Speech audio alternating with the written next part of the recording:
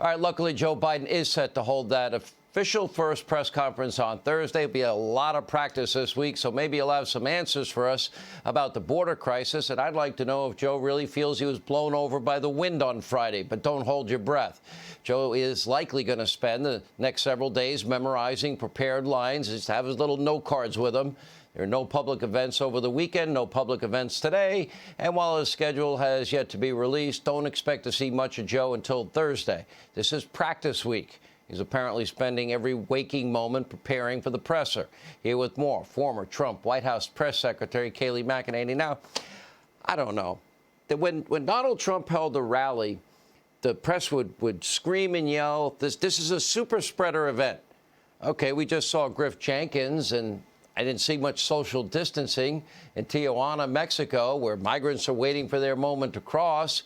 And I think, Kayleigh, I'm just guessing that if you ever said that Donald Trump tripped while boarding Air Force One because the wind blew him over, I don't know if you would have kept your job after that.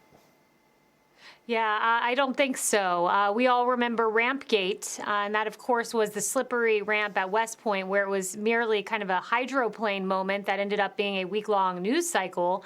And just the true explanation was something entirely unacceptable to the press, and they ran wild with his suggestions of neurological issues. I mean, it's incredible what the Biden White House is able to get away with, and that's why I am hopeful Thursday.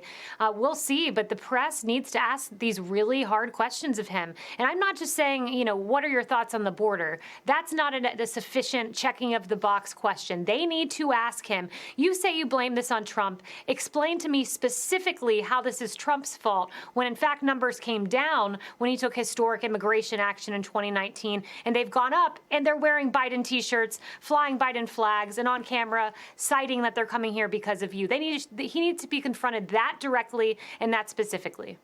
All right, and I'd like to know if it's his official position, if he got blown over by the wind, because it's ridiculous. Yes. And now we have Vladimir Putin mocking him.